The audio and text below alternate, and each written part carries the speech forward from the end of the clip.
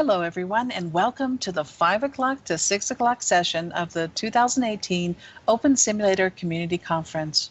As a reminder to our in-world and web audience, you can view the full conference schedule at conference.opensimulator.org and tweet your questions or comments to @OpenSimCC with the hashtag #OSCC18.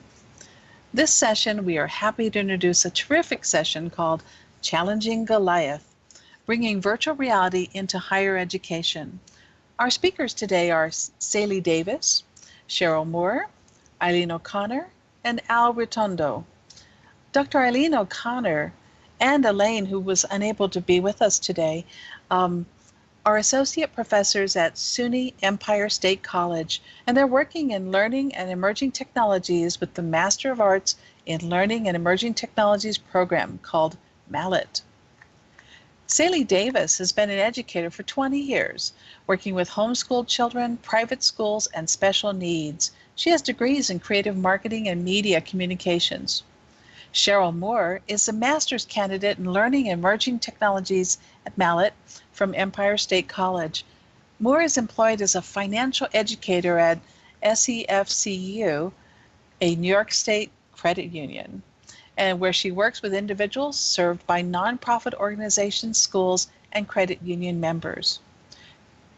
Al Ritondo has written, produced, and directed hundreds of corporate video presentations and has taught video production techniques at associations, conventions, trade shows, and through podcasts. Always embracing the entrepreneurial spirit of his work, he pioneered the production of one of the first podcasts for the video production industry, while producing broadcast and corporate TV and earning a Learning and Emerging Technology Master's at Empire State College. The three speakers above, let's see, and now I want to say welcome all. Let's begin the session. Okay, well, thank you very much, everybody, for staying here this late or early evening for all of you. We're here from Empire State College, which is part of the State University of New York. And just a little background on us, we're a rather unique SUNY school in that we pretty much serve adults. So we have a very interesting population. The school started in the 1970s. We have almost 20,000 students, but we're distributed across New York State. So what you're going to hear from these students and myself, I'm Eileen and I'm one of the instructors, is how we create community within an online network. And so remember, these students have never met each other physically. I think I've met a couple of them physically, but really we know each other from a distance. And so tonight we're going to be looking at a little bit of the history of how Empire State College got into this. And then we will look and see how some of the instructors that are here tonight, and I'm going to be representing my colleague, Dr. Nicola Alon. She and I have been pioneers in this for over 10 years. And then we're going to look at what we're doing today. And then in the middle, we're going to actually see what some of our illustrious students have done. And then we'll wrap it up by looking at some of the things we're doing presently. So what I do want to point out, and I think a lot of people have brought this in before, what online courses can be somewhat isolating. And we've been able to use the virtual reality over the past 10 years as a way to create a sense of community. You all know, a sense of presence. We've been able to do shared development, which is one of the things that you're going to see here, how we've supported each other in developing things. But we find that we can encourage creativity and immersive medias, but we're also challenged. It takes a while for people to learn how to get into these environments, and we tend to be very much our own self-supporters. We don't have a lot of institutional support coming in and giving us the help. So that would be the things we would like. But undaunted, to go back a little bit through our history, Empire State College headquarters, and it's in 40 locations around the state, but it's headquartered out of Saratoga, New York, which is a historical town. What you see up here is the Alumni House. When funding came through a grant, which Nicola could have talked more about, but in the mid-2000s, funding came, and the original buildings were designed by artists who made it look kind of like our actual Alumni House. What we did initially was work through Second Life. And here is one of the meetings that Nicola herself was at. She's there with the long hair and the red dress. She actually makes avatars. So what happened too was Nicola was able to take that concept of kind of going back in history, and she developed a course over 10 years ago called The Future of Being Human, a very interesting futuristic course.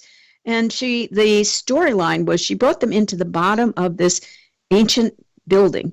And then when the students came in, they became teleported in through an avatar system into another reality. So she really was getting people to start thinking about the concept of being human, but also where are humans going with these virtual spaces and virtual environments. So in that process, she gave here some of the assignments that she had. They went through this experience, they went into their online courses, and they wrote, using this right from her notes, some of the expectations within the course, and started to think about how humans would start working in these environments. And but at the same point, while she was doing that futuristic work, the artists that were funded initially were developing facsimiles. I don't know if you can see to the left. That was something we had on our original Second Life Island, which was a replica of one of the buildings, the historical buildings right near our campus.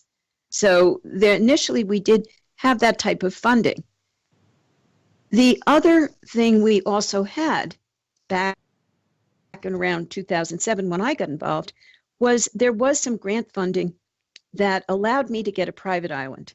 And I don't know if you remember, you couldn't bring young people onto Second Life.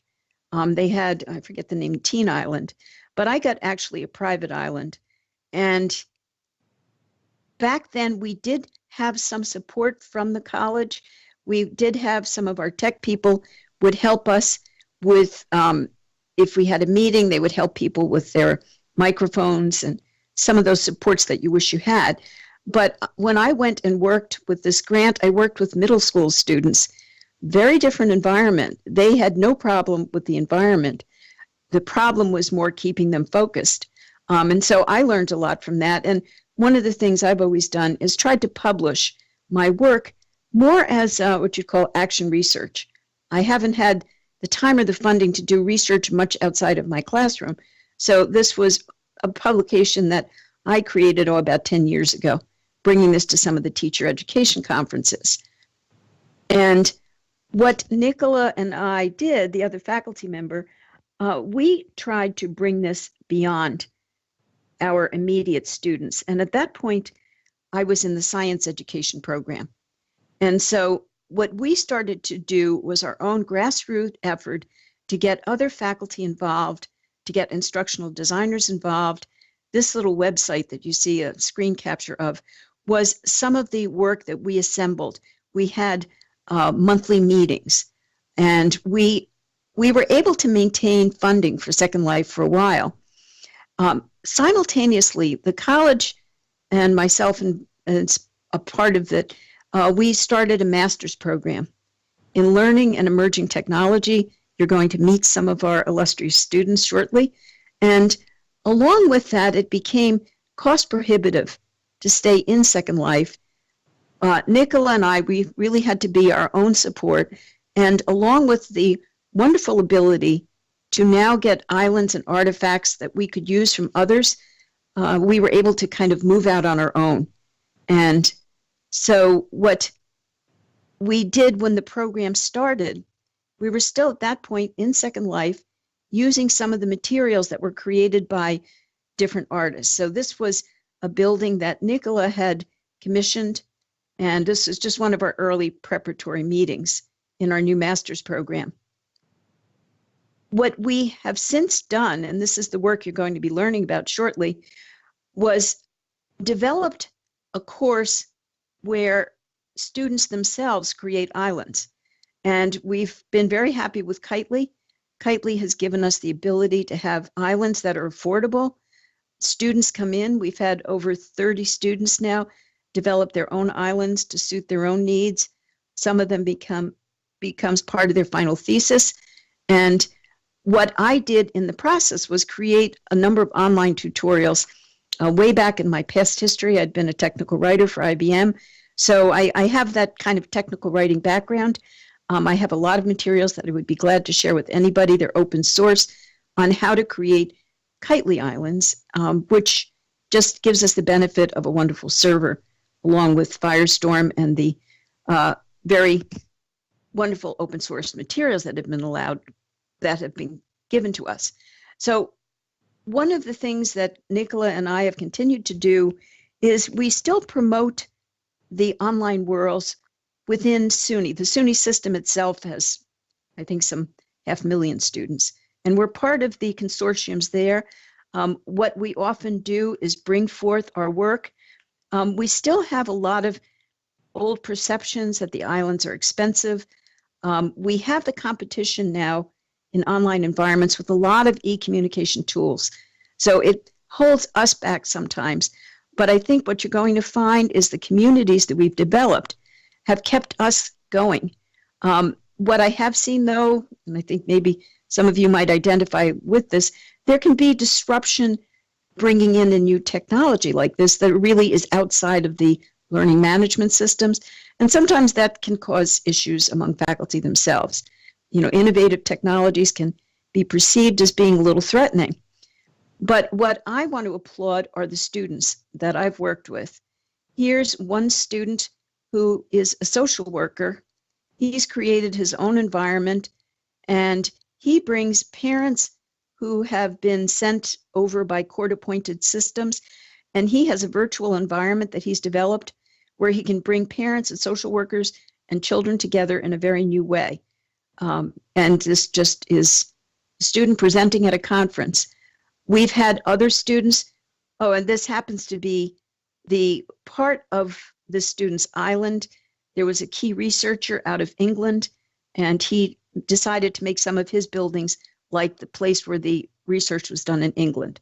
And on these slides are the ways you can find these islands in Kitely. We have another student who was working on enculturating people coming in from other countries. She wanted a safe place for them to come in and explore. She created this space. This happens to be a historic setting for Japanese cultural studies for high school students. So we've had students who've actually created some work dealing with some of the materials that have been made available by artists. This one, I think, is the last before we go on to the students themselves, was a very unique island that's just under development right now. We encourage you to visit these islands, created by a graphic artist. And to the left, you're going to see the aerial view of his island. And to the right, you'll see one of his actual creations, a very interesting space. So being that I'm in the academic and part of what I do is see how my students work in these spaces. Some create them. This last slide is just students visiting a space. I had them play around, pull some artifacts out of their inventory, and do some playful things with them. And you just see that this I use to build community, and I did a recent publication there, and I really could tease out and see that these students themselves really have enjoyed the process. So now to let them speak for themselves, I'll pass the mic over to Al Rotondo, and I will try to turn to the slides for him, but Al, cue me if I don't do them at the right time. Thank you. First slide, please.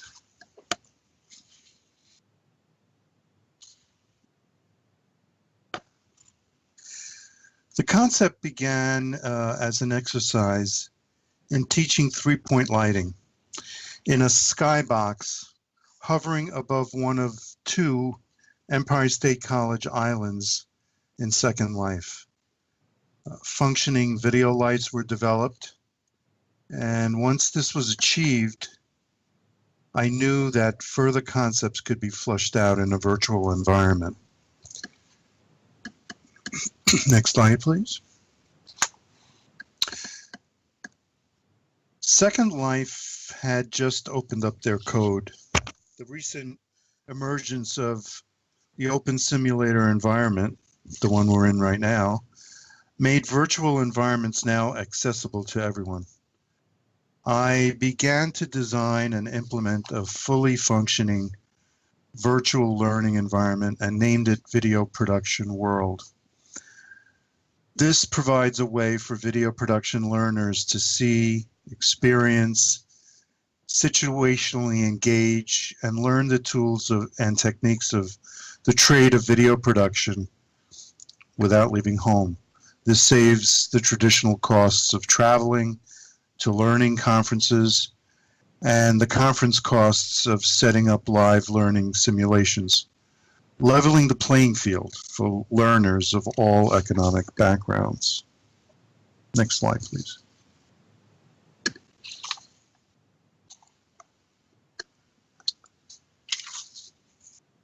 I created wayfinding kiosks that are located in different parts of the island for easy navigation throughout the island.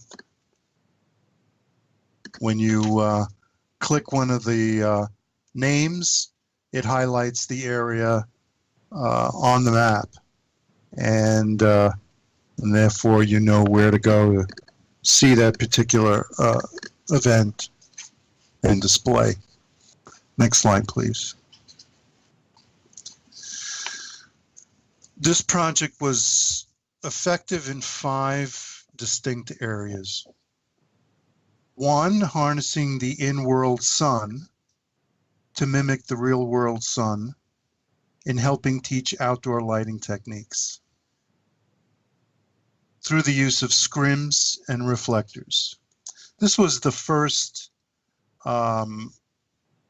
bit of physics that we played with, myself and a developer that I worked with on this.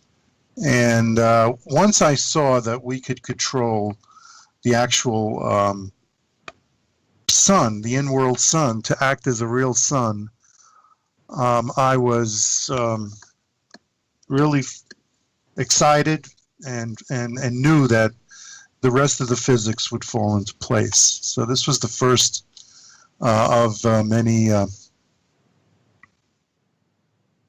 technical developments.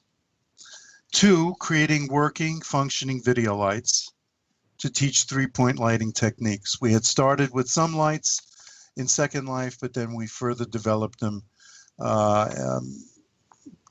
We're able to turn them on and off, adjust the intensity of the lights, etc. Next slide, please. 3, we achieving in-world balance of cameras on booms with counterweights to teach this type of camera mounting and movement.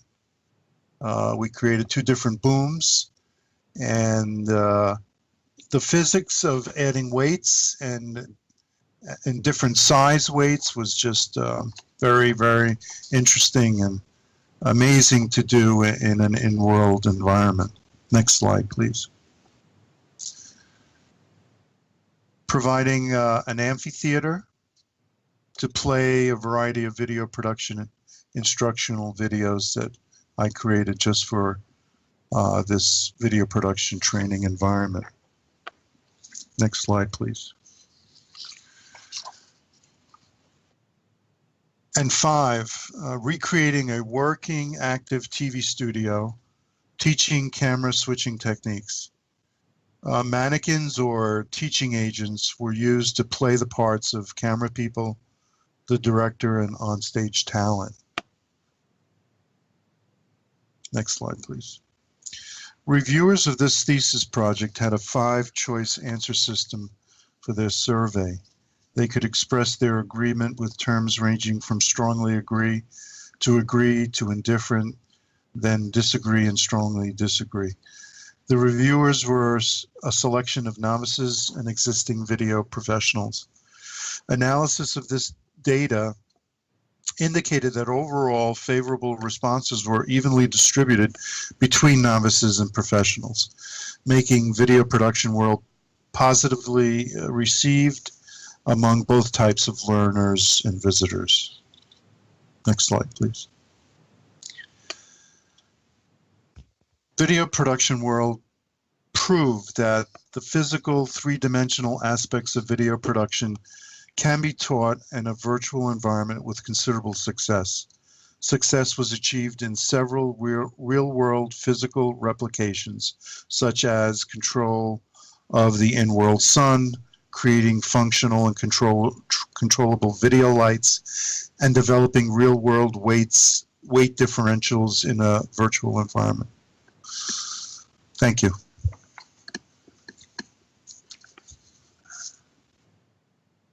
And now we'll have Celie talk about her work. Thank you, Al. Thank you, Eileen.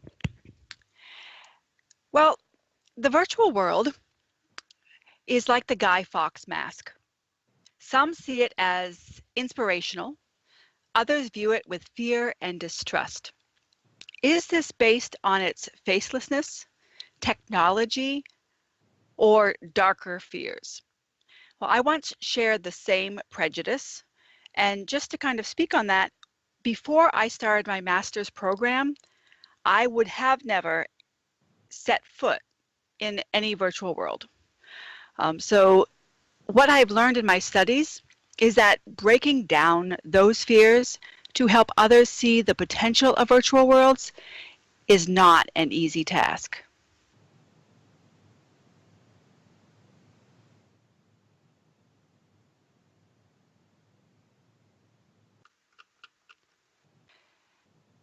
So working as a student, I explore aspects of the virtual world using my island in Kitely, Multiverse Masters. I make builds to serve as a meeting place for gamification of education, simulation, testing grounds, interactivity, playground games, and for educational content for varied ages and levels.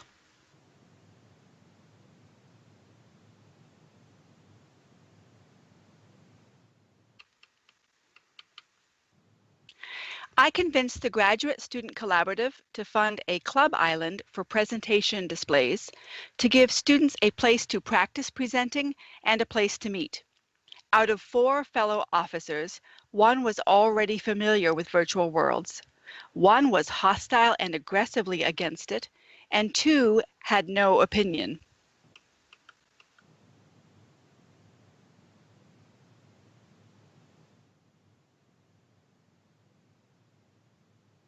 So I used Zoom and multiple virtual viewers to do live training. Although I gained support for the attempt, one of the 2 joining decided the learning curve was too high and the other was open but non-participatory after the training. So feedback from members was also mixed, with a majority remaining indifferent. The college cut funding for the project after only 1 month of the island being live. This is an example of the need to communicate intensely with others to overcome these inhibitions concerning this technology.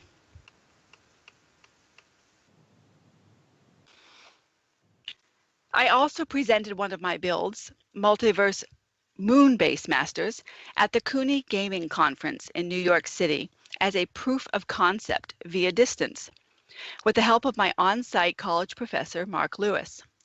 Technology at the conference did not allow for in-world participation. I presented via phone over a portable speaker as the professor controlled the slides. Later, we had one-on-one sessions for participants to try out the games designed. Again, the campus did not allow virtual world connectivity, so we used Skype conference. Sharing my screen, I walked through the gameplay while answering questions. This did not allow for first player interaction, However, this is an example of how we must work through barriers to promote the potential virtual worlds offer.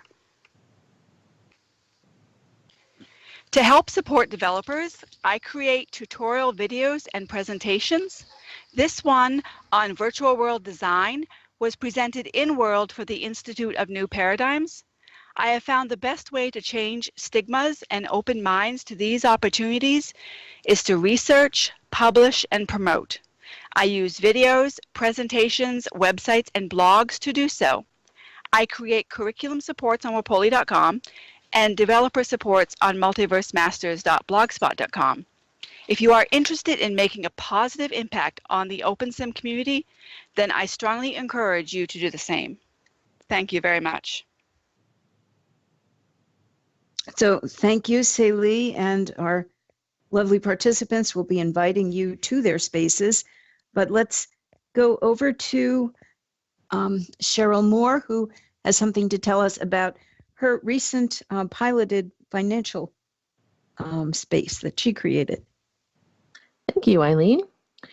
As a student of learning with emerging technologies at Empire State College, I became enamored with designing virtual spaces in Dr. O'Connor's virtual practicum courses.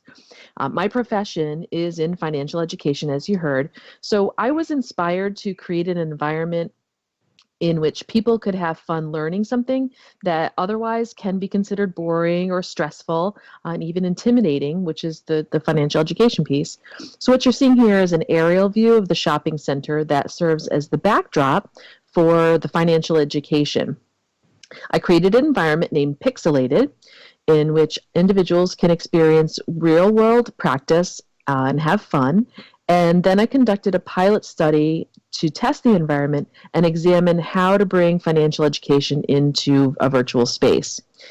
The design is a mixture of realism and simplicity and a little humor sprinkled throughout. So for example, there's a restroom because as we know, when you're shopping, you need a restroom, right? Go ahead to the next slide. Thank you, Eileen.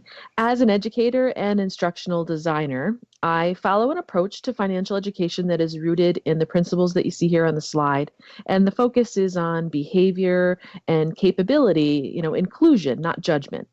So having a virtual space in which to learn is exciting because people can practice without having concern over, real world failure and the things that tend to cause that stress and anxiety around finances for some people. And actually using humor and dynamic visuals is a great way, as you may know, to put people at ease and establish a safe and fun learning environment. This slide is an example of a shopping list, or the shopping list, that can be used to teach budgeting, saving, and sharing, and actually also prioritization of needs and wants that enables autonomous decision making. So students or learners in the environment would work through this list to accomplish the items, and they get to practice several concepts around financial education that way. Here you see the credit union. And this is where learners log their transactions in a tool provided free by brightbank.com. It simulates a checking, saving, and even credit card account, which provides practice for record keeping and money mindfulness, which is an important concept. This is an example of an important habit, which may not be modeled at home or taught elsewhere, and so it can be practiced safely in world. And the users in my study actually really enjoyed using that tool. So just to conclude, the educational approach involves these elements that you see on the slide, and they're all very easily achieved in an immersive space. So that really contributes to the appreciation of those spaces for what I do in my professional work. And if you're interested in learning more about the study, you can learn more about the study tomorrow evening. I'll be on at 5:30 or 8:30 Eastern time. So I hope to see some of you there and help you learn a little bit more about what happened in that study. So thank you. Okay, thank you. As you can see, we have wonderful adult students who really bring their own personal history and interest in as they've been designing work. And so I hope you will get a chance to speak more with them, visit their islands, and join Cheryl tomorrow evening. She had a very productive pilot study. But just to kind of wrap up this part of the presentation with where are we going now? As you can see, we've got a combination of faculty who work and teach within these spaces, using them in an online forum, sometimes for meetings, sometimes for, as you'll see in a moment, a residency. We've been using them in different ways and hope to continue to use them. At the same time, we have had some 30 students develop their own spaces over the past couple of years. And again, thank you so much to OpenSim, to Kitely, and to the many generous artists that have allowed us to do this. And what we are seeing, though, is I'll show you a couple of our new ventures. We, in the Mallet program, we are 100% online, and we now have a group of wonderful students who've graduated or working, and we wanted to continue with the, quote, residency model. The school has such other master's programs where the people get together geographically, and that's very nice when you're together. It's expensive, though. Our main headquarters is out of New York City. It's very expensive to go in there, and so we're trying to see, and it's been brought into the strategic plan of the graduate program to look at alternative ways of meeting. And so we piloted a virtual residency, and wonderfully, Al, who's already graduated, Celie, who's actually still close to finished with her graduation, they came and helped support other newbies coming into this environment. So it was a very students in different parts of their own careers. And what we are doing is trying to get more groups involved in these virtual environments. But I will tell you, between teaching, and I recently became program coordinator with a lot of administrative responsibilities, grading, publishing, I don't have time personally to go out and be convincing all faculty. So what we've done, though, among ourselves is created a think tank. And we're starting to think, and I'm hoping we can encourage some of you to join us. But I'll show you these last few things that are helping us take the message forward. This was the residency that I mentioned. I'll show you some of the feedback we got from the residency. We ran it to be very similar to a conference. And I think that had its pluses and minuses. But there's a lot of interest within our program, because we're an emerging technology program, in things that are augmented reality as well. We're looking at 360 cameras. So the goal of this conference was to introduce some of those areas too. So we had some classic, more like this, where you have, now we call them our TED Talks in the background, where we introduced some concepts. Dr. Elan brought people on a walking tour, which was very well received, to some of her islands. She does very beautiful work. I have a science background. My work is very practical. She's got an art background. Her work is very elegant. And so we went on a walking tour. We got a chance to talk about some of our other courses in media and arts. I run STEM courses. We talked about those, and ended the residency with one of our instructors talking about some of the game design work he does with Unity. What was particularly pleasing to me, these were some snapshots from our residency, was that the dean came as well, and faculty members. The dean came, launched the residency, explained about the strategic focus we're trying to get, and starting to see the role of innovation within our graduate program. And here are snapshots of some of the people who were here. We have now brought in people beyond the college. So we had I found it a very enjoyable time. What we did ask for people to, in an anonymous way, give us feedback so we could improve it. And there were 3 questions. And the first one was, how does this differ from a, quote, regular conference? Everybody's been to conferences. And this was anonymous, so they could be honest. But again, these are students and alums and people who kind of know us. They were pretty kindly. One person did comment, it's just like any other conference, sit and listen. So I didn't know how to interpret that, but thought that a little bit negative, but they found that it was very engaging in general. And I highlighted the leaps and bounds ahead of a typical webinar or conference calls.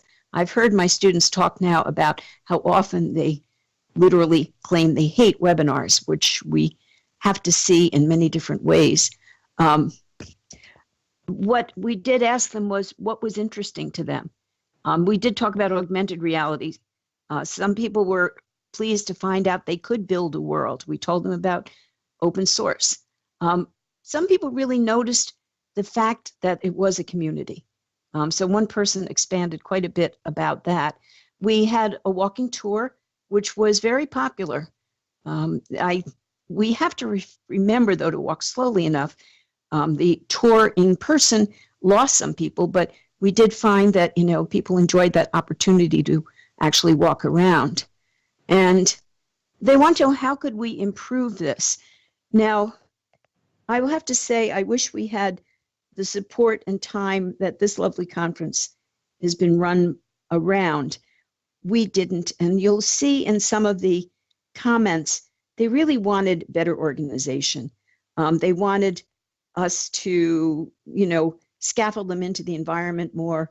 There were some very good ideas about having two speakers, somebody who speaks and somebody who watches the chat. So we got some very good productive ideas, none of which really would be, within the realm of doability, provided that we had more staff to help us go through these. But we continue on using these meetings. We have our students now present when they do their final projects. We recently had people presenting about their final projects, which we tried a different format this time, where we had a quote poster session. It worked and didn't work. The students brought their work. We put them out in posters, and the students stayed there as people came around to discuss what was going on in the different projects. We had microphone problems that more came from the fact that some of the students hadn't prepared in advance, so their mics didn't work right. And another problem for me, I had put the posters a little bit too close to each other. We had sound overlap. So I think there are ways we can improve, but the concept of going around and seeing the posters of different people's work seemed to work. I think we need to polish it up a bit. But in terms of polishing, what I had observed was we've had a lot of wonderful students come through. I still continue with these students. Al has graduated 2 years back. He still is kind enough to come back. We started something that we've called the Institute for New Paradigms. And it's to be a think tank. We're still thinking through what our think tank will be. We've had meetings on a monthly basis since last spring. We've had enough interest to really say that this is an idea to pursue. And what we did was by the summer, when the summer started, I took a poll of people's interests. And based on the poll, which was through a Google form, we started breaking this down into an executive group and also into a research group. And those are the planning pieces. Now, so far, we haven't gotten as far as I would like in terms of passing over some of the management. I still do most of it myself, which has got a little challenging when I had to pick up an extra role 6 weeks ago when somebody got promoted up and I had to pick up a lot more administrative work. But we do have a faithful group that comes to these meetings. We want to invite others. I think we're close to being well enough to invite others. We're very much still more of a professional development than research-oriented think tank. We've been sharing ideas. We've another student working with me. We co-published something just a week ago, just turned in all the paperwork. So what we're doing is what we hope someday to give Spielberg a run for the money. We're going to be having that threaded environment where we work sometimes virtually in an immersive space. Maybe someday when we do get the headsets in 3D here, we can do that as well. But we're finding that this environment does allow us to continue to work together. And just a couple more wrap-up slides where what we did ask the Institute members themselves, who really were a core of people that I've known and worked with over the past number of years, and we've invited some guests. Selby might be here with us. Selby has been wonderful in helping us. But last June, we asked, what is it you'd like to know more about? So these are progressive thinkers. These slides I'll make available if anyone wants to read the fine detail. But you'll see that people are looking to things like 360 cameras, augmented reality. They're wanting to know more about web world. So all of this new dimension that's coming in. And that's something that this group really would like to learn more about. And we're starting to line up speakers. We're starting to look logistically how we can focus in a number of areas at once. The other thing that came through on that survey in June was that the 12 people who did respond to this question said they would like to continue with research.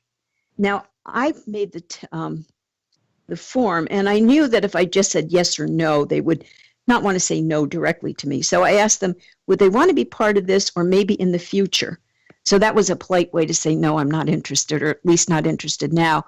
But we had almost 90% interested in kind of continuing on with, kind of future research into these areas. So as we formulate a little more of where we're going with these next steps, in summary, I'm finding that this interest recently in augmented reality, which is coming into a lot of the groups within which I work, is really starting to drive us to be able to open more conversations. And I think we're looking to see how we can leverage this going forward. And also what we're seeing is that to really continue this, though, we need some kind of sustained professional growth, not just for people like the folks on the stage here who will do this on their own, but to get more faculty involved. Things I would love if we could have a nice web-based interface. I understand, though, that the technology is too robust to probably be web-served for a while, but I was delighted to hear this morning that we might be getting 3D interface sooner than I had anticipated. But I think that, and this is something Kitely's working on, if we can get more pre-designed islands ahead to institutions, I think they can start jumping on board faster. So I think, we're all living proof here at this conference that there are many ways we can use these to meet and to talk. I'm still interested in understanding how we can kind of create a conceptual framework for what I'm calling immersion, which is something we do here, but something that some of these other 3D environments are allowing us to get into. So I'll stop at that, and thank you all for listening to very much a lecture, but I'm hoping maybe we've inspired some questions, and maybe you'll continue to join us, because we would very much like to have you come with us. So thank you. Thank you, Eileen, and thank you to all our panelists. Are there any questions from the audience? We're getting late in the day and everyone's getting ready to party, Well, I want to thank our panelists, and I'm watching the chat. Oh, I see one coming in. Buffy says, really great presentation and congrats on getting your dean to attend. That's like a minor miracle, right? Yes, it was. I had a champion when I started my program with the 52 university classes. Our vice president of academic affairs, and he came out into World. And then our president for a while, Mary Jane Paulson, also came out into World. So I was very impressed with that. Let's see. We do have a question from Lysenna Wisdom Seeker. How can I get your online tutorials? I will gladly, as a matter of fact, I have to hold my phone because I have to use Skype on my phone. I will type the tutorials. The link, they're all right now out on Google Sites, and I have anything from just the basic walk around to how to build. And so I will put the link here and gladly share them. And I think a question went by too. Would any of these students want to work with OpenSim people? And I will pretty much speak for them, but I think they would be delighted to. And if you could contact me or some of the students directly, I think you're going to find that, and when our institute meets again on Monday night, I will bring that forward. I think they would, depending on where they stand in their career and they're also adults working, they also are pursuing a master's, but I think in theory they would love to continue to work with others. So yes, I would say that's a very possible area, and we'll make some contacts there. Oh, and Say Lee, by the way, I'm 101 virtual world. Say Lee is the advanced course. She has created many wonderful tutorials with non-playing characters. She teaches all about scripting. So I can teach you how to do the nuts and bolts, put the buildings down. She can teach you how to really go in an advanced way. So please do keep up with us. Thanks, Eileen. And Lisa Laxton had a question. Do you have a wish list for what you need technology-wise? Well, I wish all of my students who are at a distance could have robust technologies themselves. They could have powerful computers, good internet. What I would like, if I really just could have my druthers, a web-based interface, so I don't have to go through the challenge of getting people signed on. The other problem I'm having, if people work from home, they can generally sign on. If they're trying to come in from a school or an institution, downloading Firestorm is a real problem. They often have locks down. Some of the new Macs right now, we're not being able to download Firestorm. We're working on that. I am my own tech support, and I'm not smart enough to know all the combinations. So I would like to have an easier interface to download. Also, it would be nice to have the 3D environment. There will always be a learning curve in terms of how you get your avatar to walk and talk. So that will always be there, but an easier way to get in would be very nice.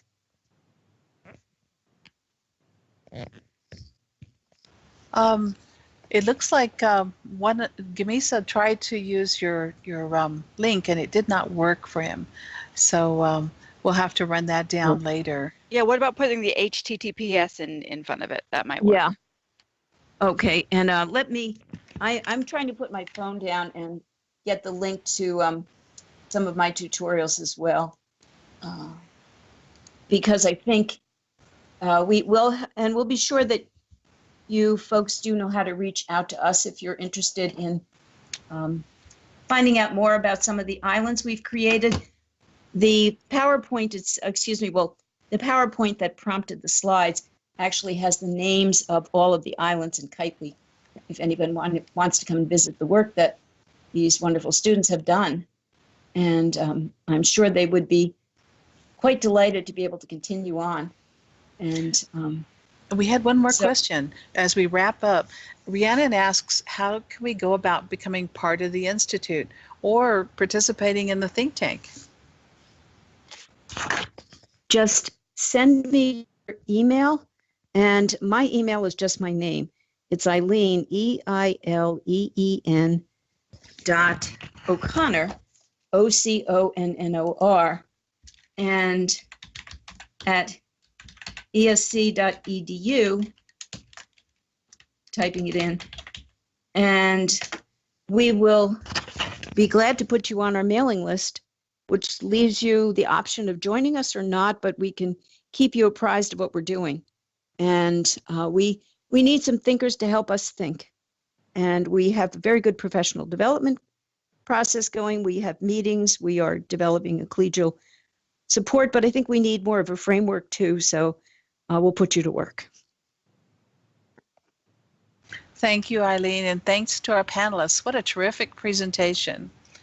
As a reminder to our audience, you can see what's coming up on the conference schedule at conference.simulator.org.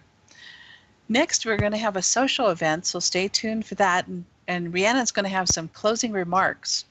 Tomorrow, Did you want to cut in? No, you can go on. Tomorrow, the first session will begin at 7 a.m. in this keynote region, and it is entitled Virtual Machine Viewers Enable Open Similar Access on Mobile Devices by Tulane. Also, we encourage you to visit the OSCC 18 Poster Expo in the OSCC Expo 3 region to find accompanying information on presentations and explore the Hypergrid Tour resources in OSCC Expo 2 region, along with the sponsor and crowdfunder booths located throughout all of the Expo regions.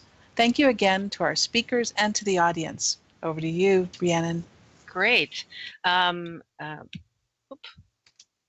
Okay, I think I'm unmuted. Can you guys hear me? I think so. Yes, thank you everybody for being here today, the first day of our 2-day conference. You know, it's been great for us too so far. As Lear was saying, at 6:15, so it gives you a few minutes to get there, grab a drink if you still want to hang out, socialize, and network with any of the folks that you've been with today, that you've been interacting with. We are having a music showcase that is on the OSCC music stage region. So if you just open up your map and type OSCC, you'll see all the regions that are listed OSCC, and just look for OSCC music stage. There's also some signs around these regions near the info signs. There's signs that have just been put down during this presentation, and in the landing zones that will give you a landmark to go directly there. So it's open. One's up on the stage. It's about to jump up in front of me, I guess. So yes, please join us there if you want to kind of chat and with your fellow attendees as well. Again, as Lear said, meet us again at 7 a.m. I also wanted to encourage folks, this goes to the speakers, and this also goes to many of you in the audience, and I'm going to grab a URL for it. But we have several social events and community events that are up on the schedule that besides the one that we're organizing tonight, there are many community and social events that are being organized by other speakers and community folks within Open Simulator, other users. So if you would like to host your own, and it could be as simple as, if you're a speaker, meet up in your region, or for folks to see your work, or if you want to host a tour of your build, or whatever resources that you might have, or a music or social event, you can go to conference.opensimulator /2018/community-event-sign-up / so it's in the chat. So and just submit an event and we'll get it up on the schedule. And that does not have to be just for today and tomorrow. We will continue to keep listing them probably up till Christmas. So if your grid has a holiday party, or you want to host a tour next week once the dust clears from this weekend, that is fine too. Just get that to us and we'll put it up. And it'll be kind of a nice central resource for the next couple of weeks for folks who might want to share off their work for everybody who's attended the event. So with that, thank you again to all the presenters and all the attendees, and especially our crowdfunder folks, and the sponsors as well, who this wouldn't be responsible for, and the many volunteers and staff. You'll see them wandering around with the OSCC staff group, some who have worked literally tirelessly.